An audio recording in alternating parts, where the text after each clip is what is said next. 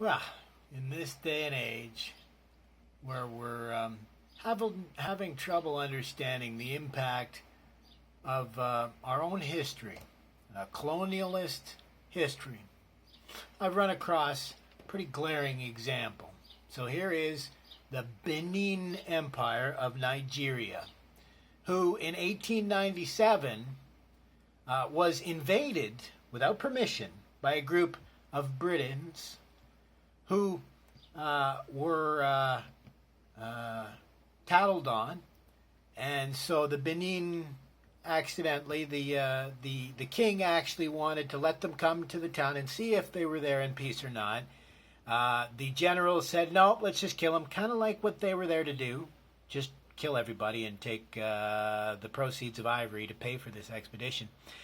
It is now known in history as the Benin Massacre, where these people actually protected themselves from an illegal invasion.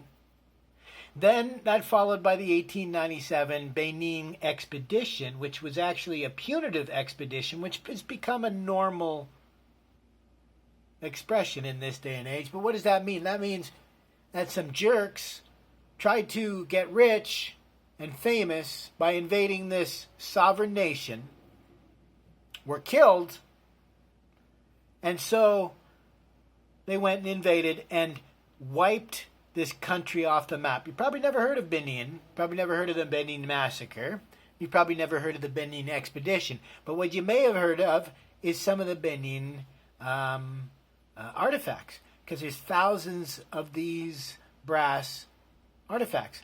And what you'll find funny is I'm going and looking for some video, some sort of mention of the Benin Empire. The only video that I found was this lady who's all chuffed because they have the only snakehead from the Benin Empire. Now this is a 1-hour video about Nigeria's Benin Kingdom. I went 9 minutes in, no mention of why this empire doesn't exist anymore, no mention of this dark piece of our history. And we wonder why we don't have people admitting that there's this systemic racism.